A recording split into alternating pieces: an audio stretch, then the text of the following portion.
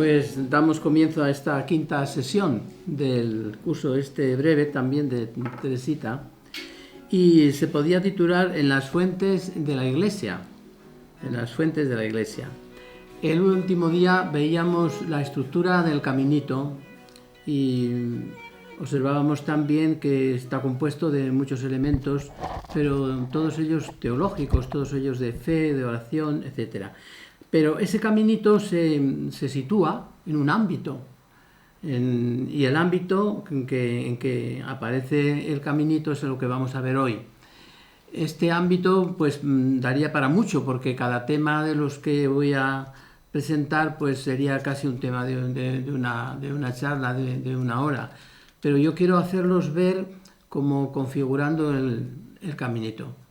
Y si lo hiciéramos así muy largo, pues a lo mejor se pierde, no se ve la estructura y la fuerza que tiene cada uno de estos elementos en la formación de los otros elementos del caminito. Bueno, entonces el primero es la Iglesia, o sea, el caminito se sitúa en la Iglesia católica, en la Iglesia cristiana.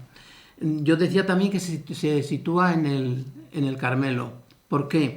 Por el sueño que vimos el otro día de Teresita, y cómo Ana de Jesús la acoge y la revela incluso su misterio futuro, le hace ver pues que el caminito entra dentro del Carmelo, pero dentro del Carmelo también auténtico, porque en Lisieux no había un Carmelo auténtico, estaba mezclado con otras cosas. Bueno, eso ya es una cosa ya sabida, era Carmelo evidentemente, pero había muchas tendencias que pues seguramente Santa Teresa no hubiera probado del todo.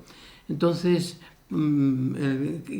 esta acogida de Ana de Jesús a Teresita, este encuentro tan bello, tan bonito, pues fue como hacerle ver que ella sí que estaba unida al Carmelo original, al Carmelo auténtico de Santa Teresa, y que ese Carmelo pues se propagaba en Francia por medio de Ana de Jesús, que llevaba también el espíritu de San Juan de la Cruz. Entonces el caminito, como digo, es carmelitano, y carmelitano auténtico, y al mismo tiempo es eclesial.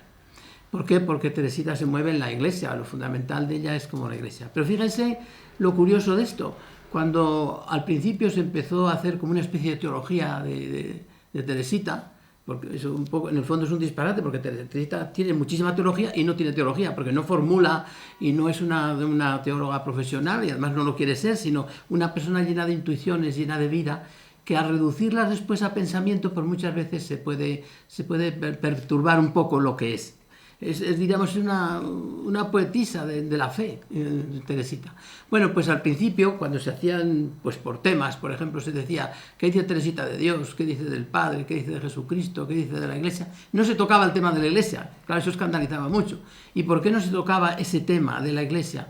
Pues no se tocaba por una cosa muy, muy sencilla, porque la nombra poquísimo. Resulta que ella vive toda esa realidad, y vive, es fundamentalmente eclesial, porque toda la capacidad misionera que tiene es porque está enraizada en la Iglesia y porque ama la Iglesia, y la nombra poquísimo. Entonces, claro, no había como materia para formularla, y entonces no se trataba el tema de la Iglesia. Pues es un disparate enorme, ¿verdad? Era el escándalo incluso de algunos teresianistas pues que le llamaba mucho la atención, ¿verdad?, que no apareciera así. Bueno, el tema de la Iglesia lo penetra todo, en Teresita lo penetra todo, y tiene una multitud de funciones.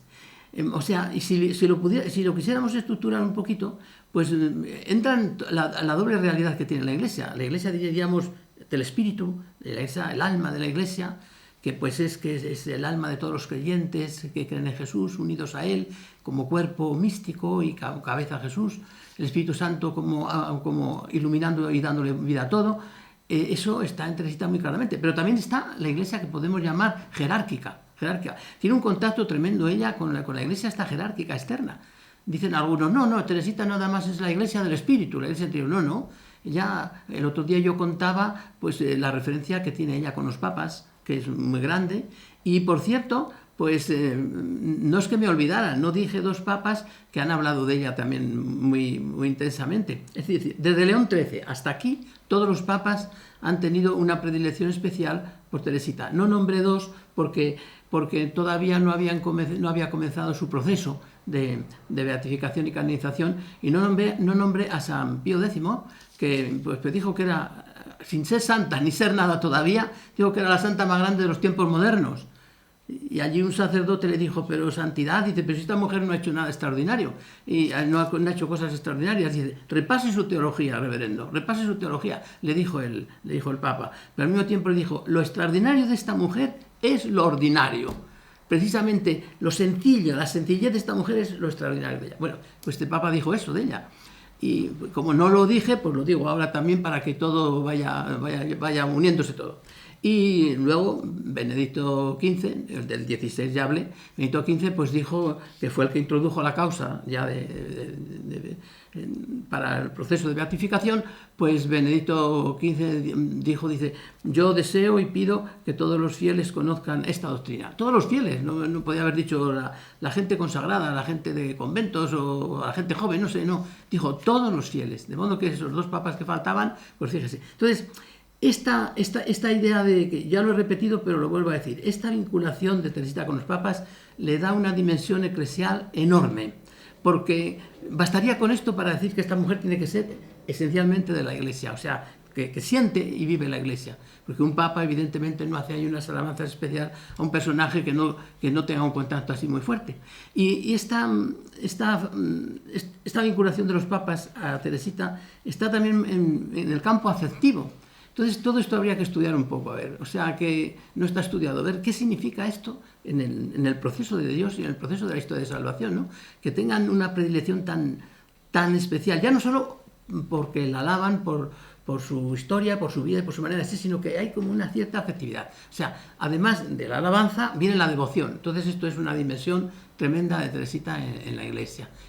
Y esto, pues claro, esto de alguna manera, o no de alguna manera, digamos que toca de verdad al caminito, porque el camino de Teresita está muy bendecido, diríamos, por toda esta realidad. Entonces es un camino, además de ser un camino, ¿verdad?, diríamos esto, carmelitano y eclesial, pues es un camino que, por esta fuerza que le dan los papas, diríamos, se hace universal también, se hace evangélico y se hace universal. Bueno, diríamos que en este campo que quiero yo situar el caminito, donde más incide, diríamos, la idea del caminito es en esa experiencia interior que tiene Teresita de la Iglesia, en que ella quiere ser todo. Y yo me preguntaría, ¿quiere ser todo? O sea, siente en su corazón todas las vocaciones de la Iglesia, todas. Y uno se preguntaría, ¿la gente del caminito tiene que sentir esto? Bueno, yo diría que no, porque eso es un privilegio de la fundadora, el privilegio sé que tiene. Pero dado evidentemente que tiene esta raíz tan profunda evangélica y que lo tiene ella, en el fondo al caminito le toca también un poco el sentir toda la comunidad. Le toca, quizás no en esa forma tan violenta, iba a decir, de Teresita, pero sí tiene que estar insinuado y tocado. Sí, el caminito tiene que estar tocado con la idea de todas las vocaciones que hay en la Iglesia, de alguna manera sentirlas. Es decir, tocar el corazón de la Iglesia. Tocar el corazón de la Iglesia, que se puede tocar en mayor o menor dimensión. Pero sí que aquella gente que siga el caminito tiene que tener un sentido eclesial muy hondo, muy fuerte. Este es un elemento clave, porque es el elemento principal de ella. Y este elemento te tiene que diversificarse también en la misión. Porque si Teresita era alguna cosa, fundamentalmente era misionera. Una vez estaba leyendo una revista sobre las misiones y dice, quítenmela porque me voy a las misiones y dejo el Carmelo. O sea, estaba así leyéndolo. O sea, era una pasión tan tremenda por la misión que la podía. Entonces, diríamos, ella es fundamentalmente iglesia. Este es un aspecto clave y ya digo, ha tenido contacto con la jerarquía y con la iglesia interior. De modo que por eso todo resuena a ella eso. Ahora, ella no escribió ni habló de los diversos puestos en la Iglesia, de cuándo se fundó la Iglesia, bueno, ese tipo de cosas no las tocó, evidentemente, no era su campo, pero la Iglesia era como su ámbito, su modo. Y esto toca directamente al caminito. Es decir, que con lo que yo dije el otro día del caminito, sin añadir estas cosas de la Iglesia, pues se le quita como perfume, sabor, se le quita ámbito, se le quita sonoridad. Otro elemento muy importante en Teresita es el martirio. Esto creo yo que es una vocación peculiar de ella y no toca al caminito. Pero el martirio es un elemento clave en ella. Desde pequeña desea el martirio, es una cosa muy curiosa. Y pide morir mártir ya en la misma primera comunión. Y esto crece muchísimo según va avanzando su edad, y cuando entra en el Carmelo es una cosa espantosa. De hecho, en el manuscrito B ella lo describe muy bien, ¿verdad? Esas ansias que tiene todo, y sobre todo ser mártir. Y mártir de todas las formas. Dice uno, bueno, pues esta mujer está loca, ¿o qué le pasa? Pues está loca, sí, por Jesucristo, sí. Porque, claro, decimos nosotros es que a lo mejor, digo yo, lo vemos en frío y dice uno, pero ¿cómo se le puede ocurrir a una persona querer todos los martirios? ¿Qué bien eso? Claro, eso son cosas del Espíritu Santo, creo yo, que interiormente pues le deposita esos deseos. ¿Y por qué todos los martirios? Pues porque está situada en el corazón de la Iglesia. Y como el corazón de la Iglesia es donde radica y va todo, pues evidentemente ella siente todo esto. Entonces es una vocación también muy especial la de ella, en todo el conjunto de la Iglesia. Porque yo no he oído que haya habido algún santo que haya querido todos los martirios, ni se les ha ocurrido. Y esta mujer, siendo tan joven, y se le ocurrían cosas increíbles, ¿no? Yo creo que en el fondo lo que le pasaba es que era como una ráfaga del Espíritu Santo, se movía a la par de que el Espíritu le estaba continuamente soplando, porque si no, esto es imposible entenderlo.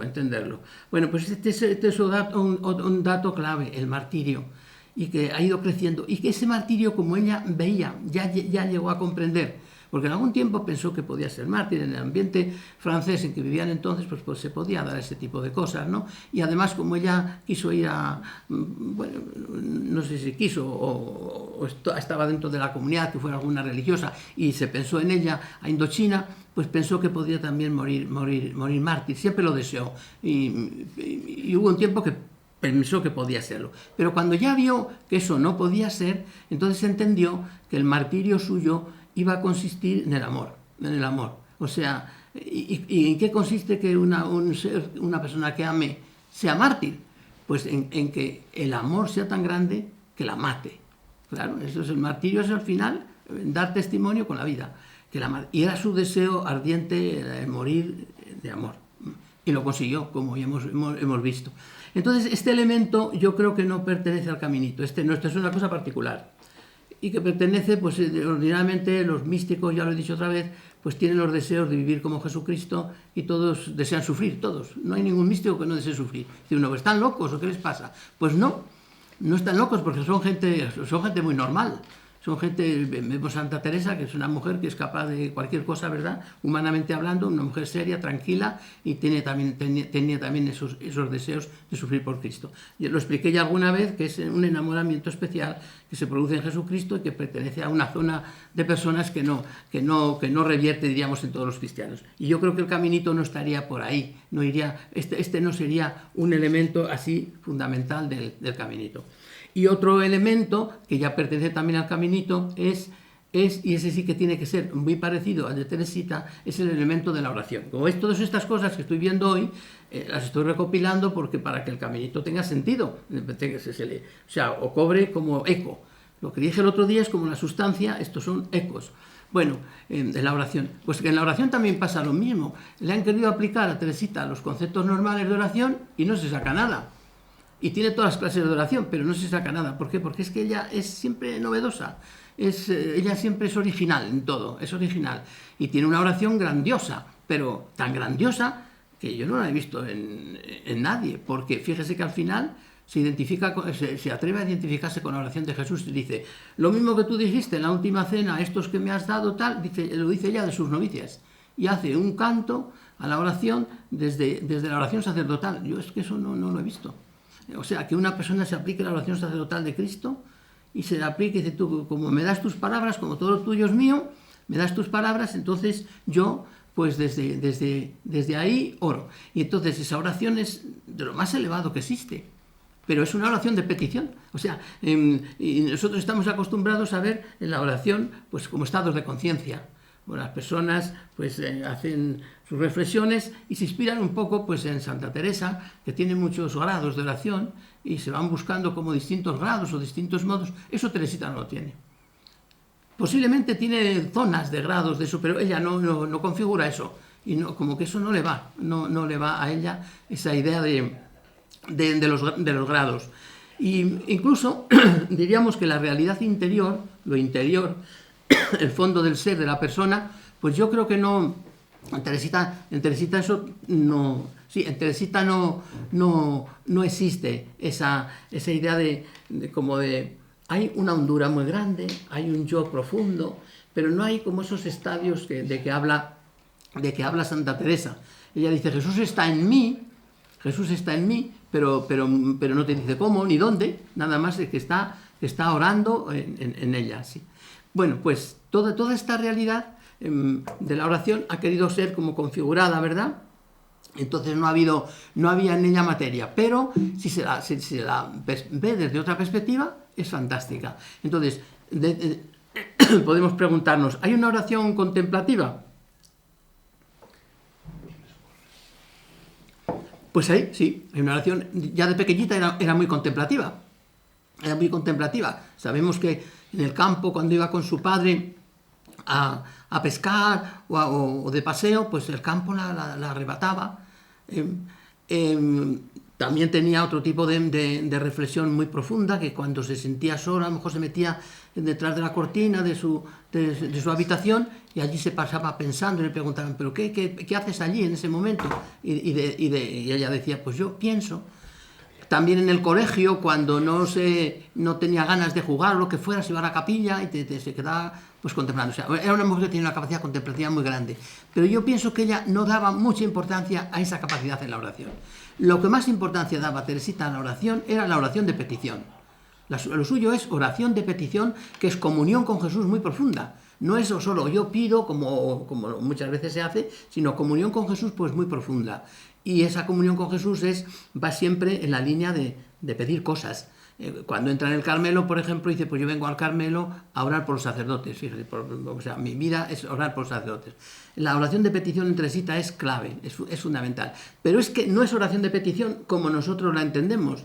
Es que allí, en esa oración de petición, hay contemplación, hay acción de gracias, hay canto, hay todo un mundo, todo un mundo. Pues eso, no se plega la oración de Teresita, no se plega a los conceptos estos de oración de Santa Teresa o de San Juan de la Cruz o de otros conceptos. No es así, es de otra manera, aunque tiene todo eso, tiene muchas cosas de esas, porque tiene también algunos impulsos interiores que se parecen a estos de que habla Santa Teresa.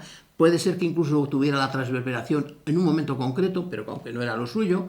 Bueno, todo esto es radial. O sea, ella se mueve dentro del campo de la oración también, y es la oración, diríamos, que pertenece a la esencia del caminito. Y esto sí, que tal como ella lo hace, es esencial el caminito.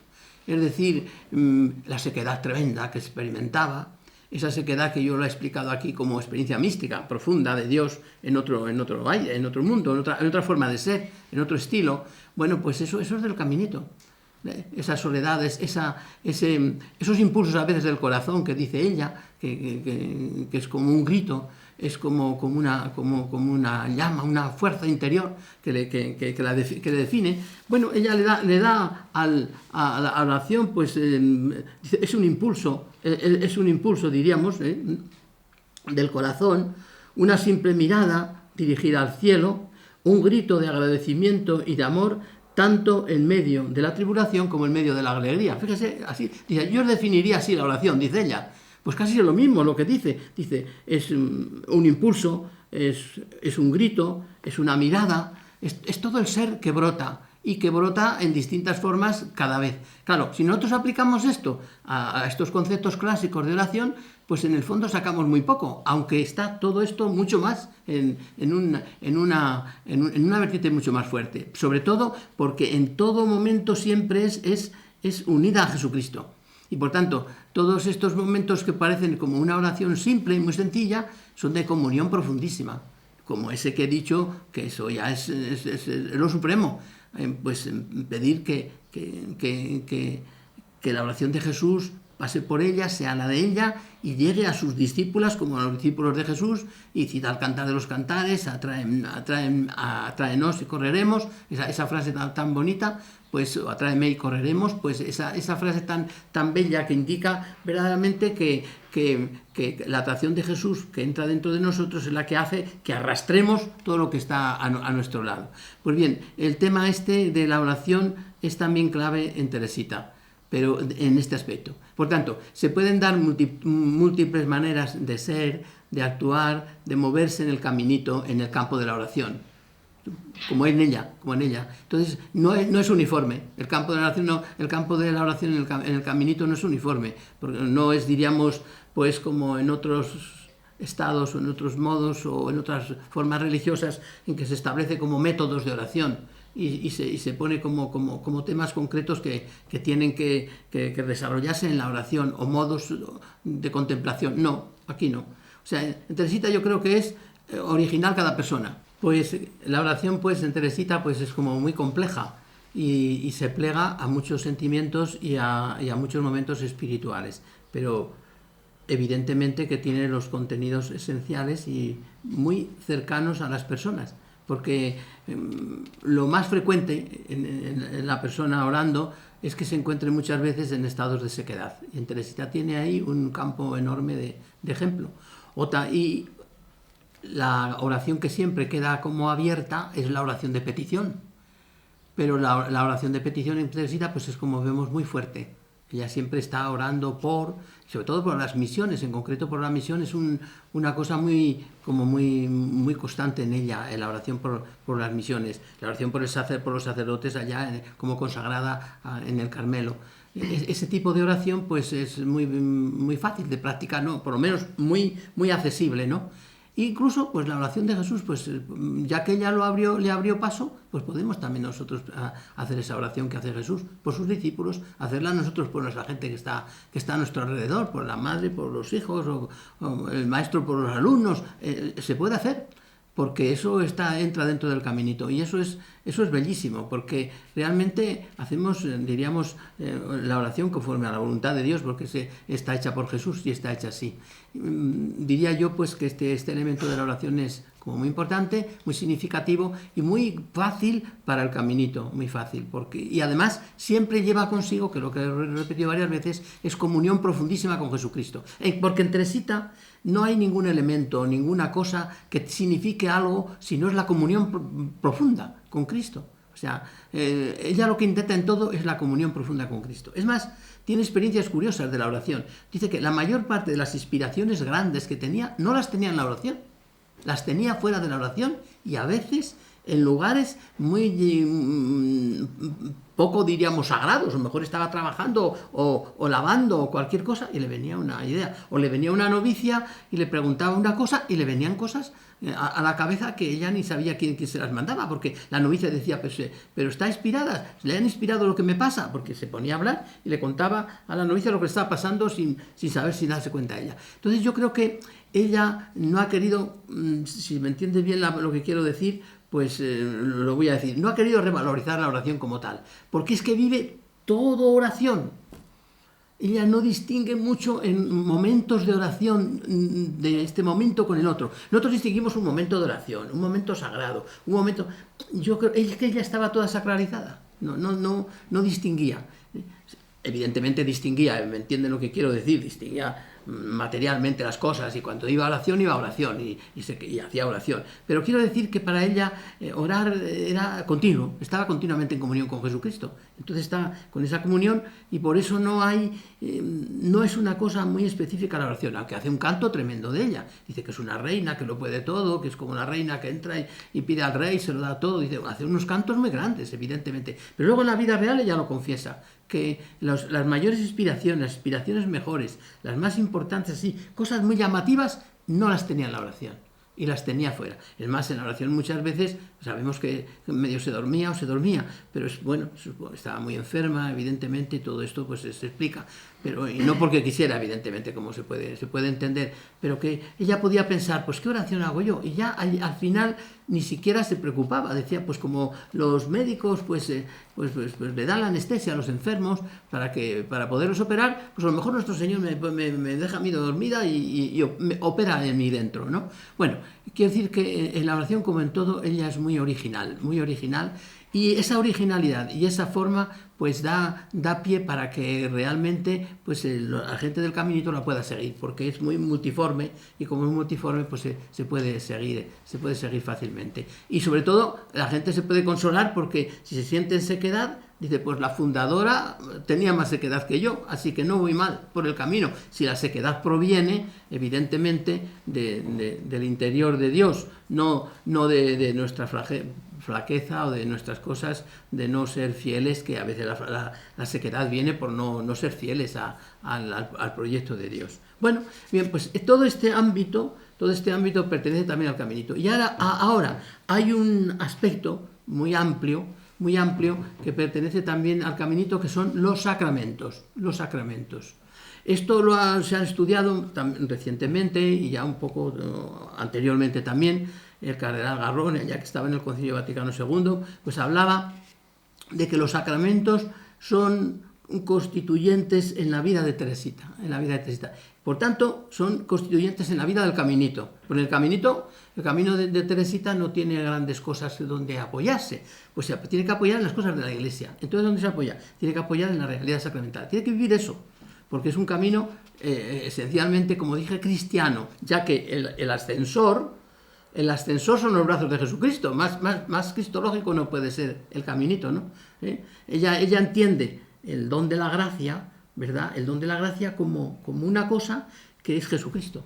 O sea, la gracia identificada con los brazos de Jesús. Por tanto, más cristológico no puede ser. Bueno, entonces el cardenal Garrón decía eso, que son constitutivos, y la Fran pues dice que los sacramentos le enseñaron a Teresa desde pequeñita a intuir el gran amor de Dios con nosotros. Es otro libro que hay.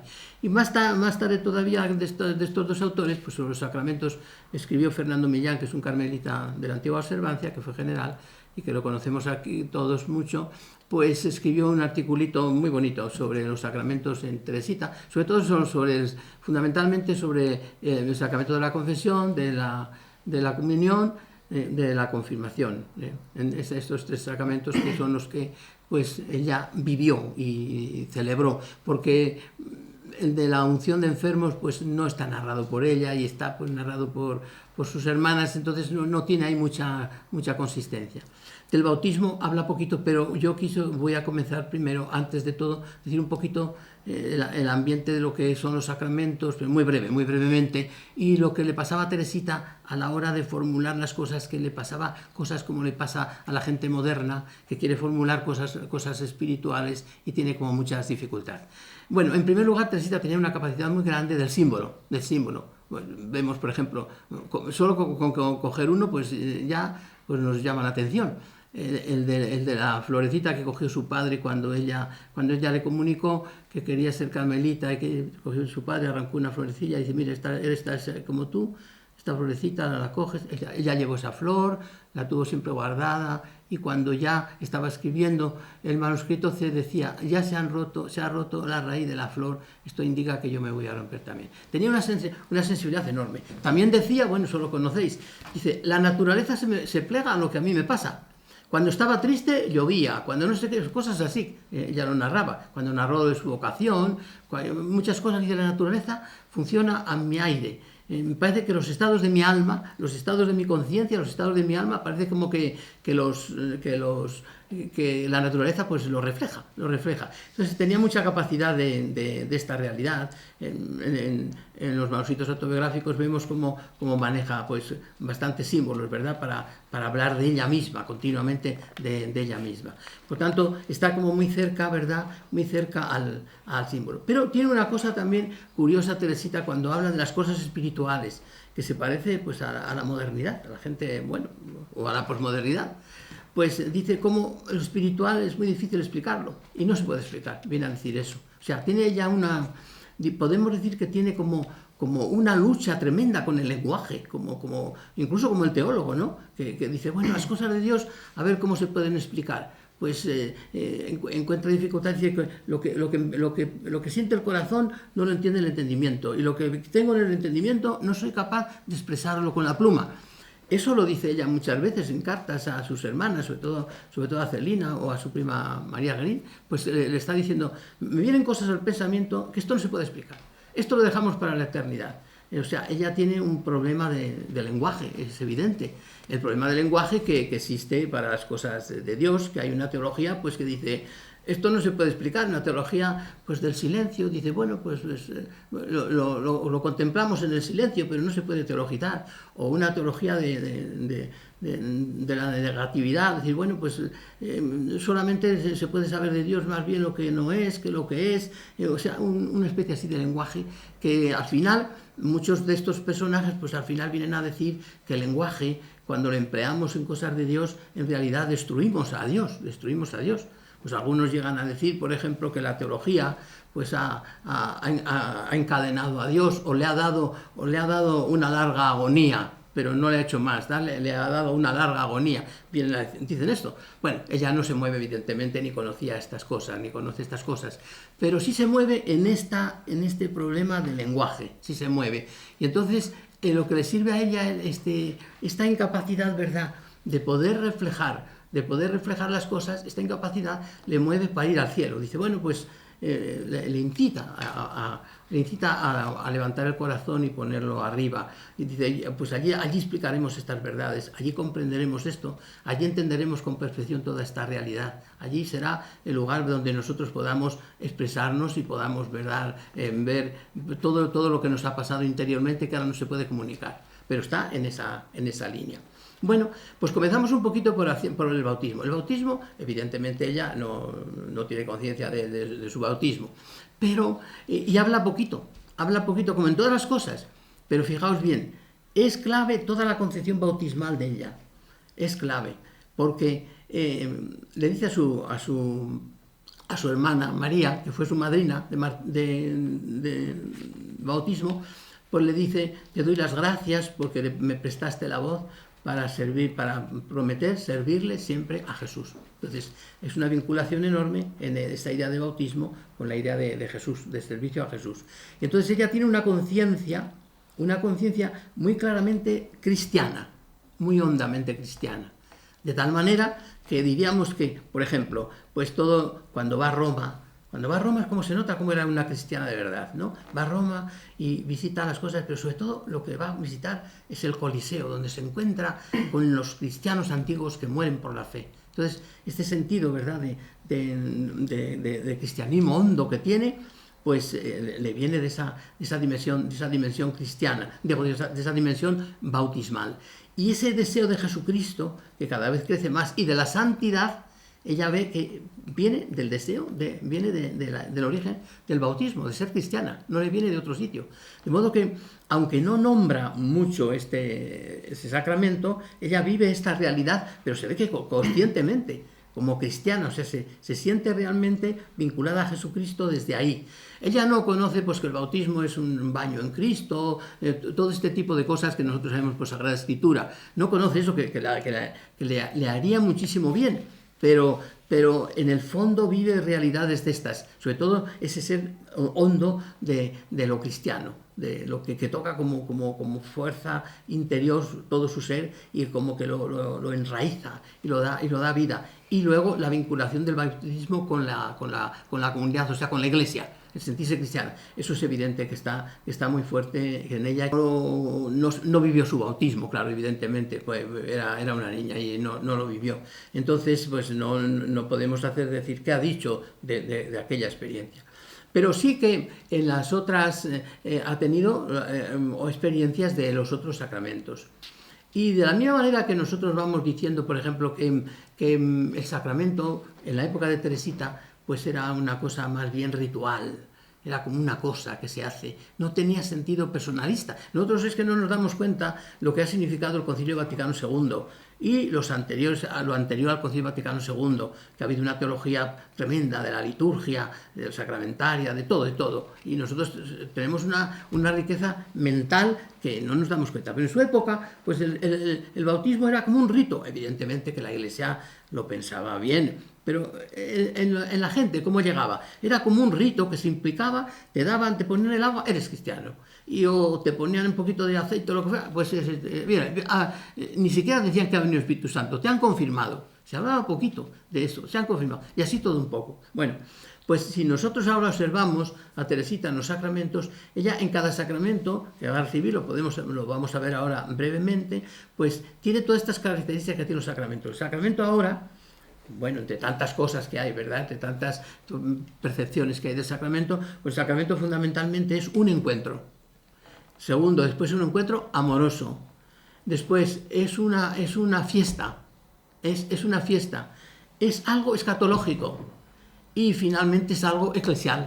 Todos estos elementos te dicen que hoy el sacramento es así y no hace falta estudiar mucha teología para saberlo eso. Pues Teresita tiene esto. Si vamos al bautismo, por ejemplo, el bautismo ella lo prepara como si fuera alguien que va a venir a verle. Y bueno, cuando digo, la comunión lo prepara como si fuera algo que viene alguien a verle y lo llama visita. La comunión la llama una cantidad de cosas que son preciosas. Visita, encuentro, beso, fusión.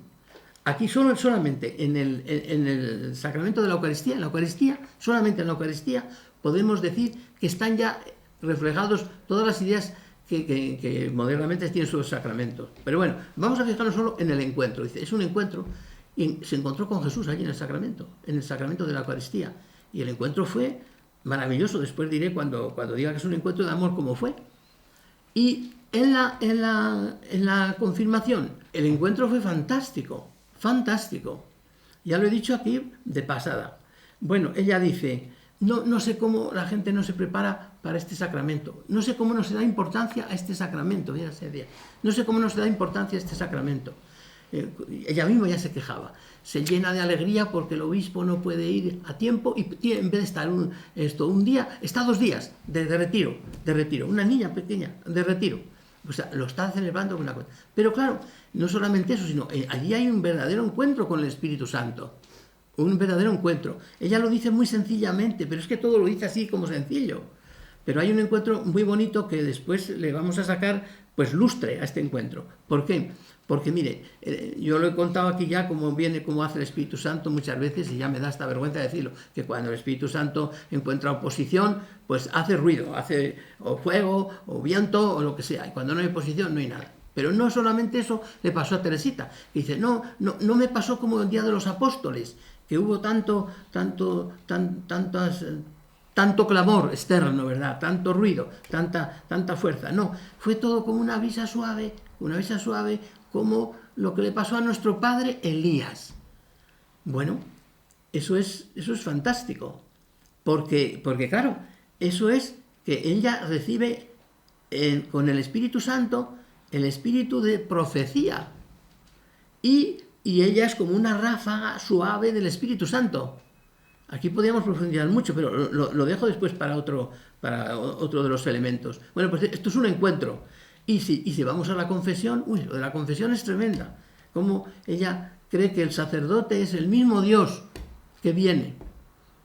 Se lo dice a sus hermanas, como si fuera el sacerdote el mismo Dios. O sea, es un encuentro, no hace falta seguir más. Pero es un encuentro amoroso. Fíjese, en la comunión dice que es un beso. El primer beso de Jesús. Ella no creo que cuando escribió esto se acordara de Santa Teresa, que Santa Teresa dice en las meditaciones de los cantares que el verdadero beso de Dios a nosotros, y además es en la boca, es la comunión. El beso de su boca, dice varias veces Santa Teresa, igual que el cantar de los cantares, ¿no?, que habla de un beso en la boca. Pues bien, Santa Teresa dice el beso de su boca, que nos da la comunión, que es un beso. Pues Santa Teresita no creo que haya leído eso, no lo creo, no lo sé, pero no consta esto. Pero dice, pues fue un beso. Entonces, o sea, un encuentro amoroso, como se entiende hoy el sacramento. El sacramento es que Jesús viene como esposo de la Iglesia y viene a curarte o viene a perdonarte, o viene así. Y la confesión, fíjese en la confesión que le dijo a su hermana si tenía que decir al sacerdote que le amaba de todo corazón, porque es Dios el que está en él. Le preguntó a su hermana, ¿y tengo que decirle que le amo de todo corazón? O sea que la misma confesión pues también es un encuentro amoroso, lo entiende como un encuentro amoroso. O sea que tiene toda esta realidad en estas cosas tan pequeñitas, ¿verdad? De estos sacramentos que ha vivido, y que lo ha vivido ella con muchísima profundidad, porque le ha tocado. Bueno, también el sacramento, pues podemos decir, el sacramento después es una fiesta. Es una fiesta. Dice, los sacramentos son una fiesta porque viene Jesucristo, es una alegría. Bueno, si nosotros vamos ahora a todo esto, fíjate, la comunión de ella era una verdadera fiesta. La estuvo preparando ya cuando comulgó su hermana Celina, unos años antes que ella, ya empezó a prepararse. O sea, ella preparó su comunión con muchos años de anticipación, como un día especial. Y la alegría que tenía era enorme, tan enorme era esa alegría, tan enorme que lloraba de alegría, y pensaba la gente, las otras niñas, estaban pensando que lloraba porque se acordaba de su madre o lo que fuera, ¿no? Pero ella lloraba de alegría. O sea, es una experiencia tan profunda de alegría la que tuvo, que fue un banquete. Esa frase no la dice ella porque no es de esa época, ¿verdad? Entender la celebración como un banquete, la comunión, pero realmente fue para ella un banquete. Y la confesión era, siempre que confesaba, era una alegría tremenda. Ya la primera vez que se confesó, ya dice ella cómo iba, que se sentía ligera y muy alegría, muy contenta. Y después, otra vez que se confiesa, pues dice que nunca ha tenido tanta alegría como después de confesarse. Eso, ¿verdad?, se explica en una persona que tenga pues grandes pecados o lo que sea. Entonces en el encuentro con el sacramento, pues al sentirse renovado, evidentemente pues siente un cambio enorme, pero que ella no tenía como casi nada de falta, nada, y sentía esas alegrías tan tremendas. Entonces es que tenía una sensibilidad tan enorme, diríamos, para los sacramentos, que era realmente sorprendente, ¿verdad? Y cómo captaba, ¿verdad?, cosas que nosotros hoy captamos y que la gente de entonces no captaba. Y en la confirmación, una cosa preciosa. En la narración de la confirmación es muy bonita, porque ella narra cómo estaba con una alegría tan grande, y su hermana que la acompañaba, Leonia, estaba llorando todo el tiempo de alegría, de ver todo aquello tan eso, como si fuera un espectáculo, la confirmación, o sea, como si fuera realmente que ha llegado el Espíritu Santo, que como era, pero que experimenta toda esta realidad de la alegría. O sea, experimenta todos estos elementos. Es muy importante esto, tenerlo en cuenta, porque son elementos del caminito. O sea, esto sí que lo puede vivir cualquier persona, lo tiene al lado. Son los sacramentos que la Iglesia nos pone, y que claro, los sacramentos es uno de los elementos más bellos de la Iglesia, ¿no? Porque es que ahí se hace presente y se hace realidad el cielo, en formas humanas pues elementales, como el aceite, el pan y cosas así, pues elementales, o el sacerdote. Pero es que en la misma comunión, una cosa que me he olvidado decir, pues ella entendía la comunión, además de como amor y como un desposorio, porque lo llama fusión. Es que no se comprende cómo a esa edad esta mujer tenía esas cosas en la cabeza. Bueno, se comprende porque se las infundía el Espíritu Santo, si no es imposible. Bueno, lo llama fusión, pero es que tiene ahí un elemento que no he leído en ninguna otra parte. Dice, cómo Jesucristo en la comunión, pues para hacerse al estilo de la amada, se vacía de sí mismo y se hace pan. Entonces ve como la misma comunión es como una humillación de Jesús, por así decirlo, amorosa, y se convierte en pan para que la amada se pueda acercar lo más posiblemente a él y le coma. O sea, no, es una cosa increíble. Bueno, y lo de la fusión, pues evidentemente en la comunión ella sintió pues la transformación en Cristo, eso está claro, eso está claro. Que a partir de ese momento se le cambiaron todos los defectos que tenía, los quitó y tiene esta realidad. Ese mismo aspecto aparece en el Espíritu. Bueno, otra de las características que tiene los sacramentos hoy, que se da a los sacramentos hoy, es el sentido escatológico. Un sentido escatológico. ¿Qué significa escatológico? Significa que es una correalidad de la otra vida que de alguna manera se mete ya en esta.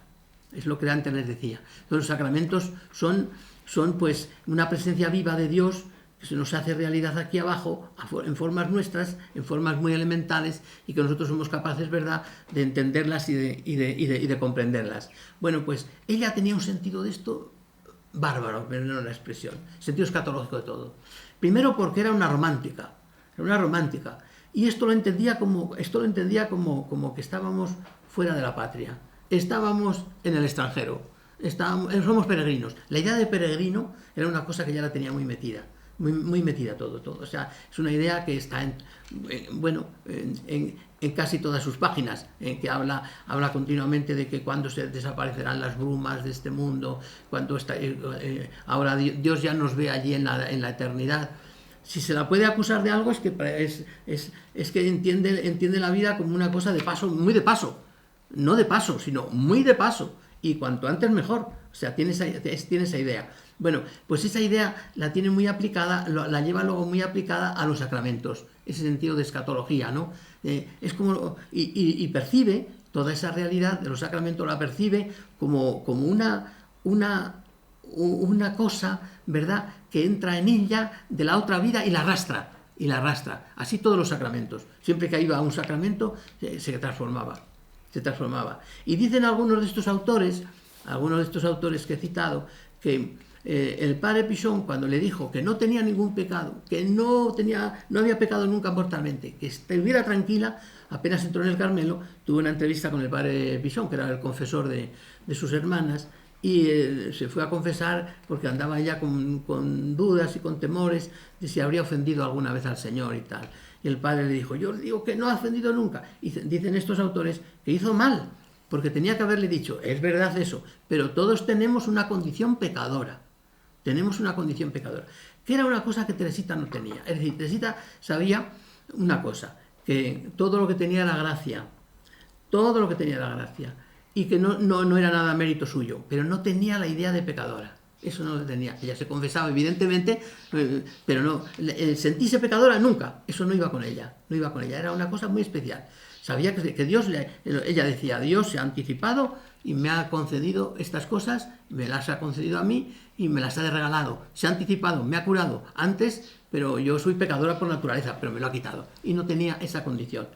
Y por eso dicen estos que quizás no le debía de haber dicho eso, para hacerle ver que todos necesitamos que la confesión, aunque Dios anteriormente nos libere y ya estemos libres, nosotros por naturaleza tenemos esa condición de pecadora, pero ella no sentía esa realidad. En líneas generales, esta visión de los sacramentos es una visión que se acerca mucho a lo de hoy. Los percibe, ¿verdad?, como encuentro, como amor, como escatología, como iglesia. No cito esto porque ya he dicho que a ella todo le sabe a iglesia. Los sacramentos son una iglesia, porque las celebraciones que hacía y el ambiente que tenía, pues evidentemente veía en ellas una dimensión eclesial, no era una dimensión personal o eclesial. Toda esta realidad que tenía, pues es muy útil y muy buena para el caminito. O sea, los sacramentos como elementos elementales centrales del caminito, y luego el sentirse en la iglesia. Esto es clave. Y luego una oración espontánea, es decir, una oración más bien dejarse de llevar por los elementos del corazón y por la presencia de Dios en nosotros, no estructurada. Ella no tenía una oración estructurada. Y luego, algo que con lo cual ya termino, pues el que Dios, o mejor dicho, la vida es el ámbito donde Dios se revela. Y ella no hacía espacios, se me revela más en la capilla, se me revela más... No, Dios en cualquier lugar, porque todo es capilla, todo es templo, todo es sagrado. Y ella percibía esa realidad de que Jesús la seguía a cada momento y que Jesús no tenía necesidad de, diríamos, de este momento del otro. Fíjese hasta dónde llegó en aquel entonces, que dice, si algún día me encontráis muerta y no me habéis dado la unción de enfermos, no os preocupéis. Es que papá Dios ha venido y me ha llevado con él. Fíjese, porque Dios está más allá también de los sacramentos. Dios tiene los sacramentos como lugar de recepción, lugar donde nosotros tenemos que vivir. Y posiblemente cuando actúe fuera de los sacramentos, actúa en vistas a los sacramentos, posiblemente. O sea, los sacramentos es un don, una preciosidad, un regalo que hay en el cristianismo que no hay en otras religiones. Es algo increíble, nunca lo valoraremos bien. Pero aún así, Dios está más allá, más allá. Pues, por eso decía ella, si un día me encontráis muerta y no me habéis dado la unción, no os preocupéis, Dios ha venido y me ha llevado. Pues bien, que estas enseñanzas las unamos a las de la sesión anterior para que tengamos una visión más completa de lo que es el caminito. Y así terminamos esta quinta sesión.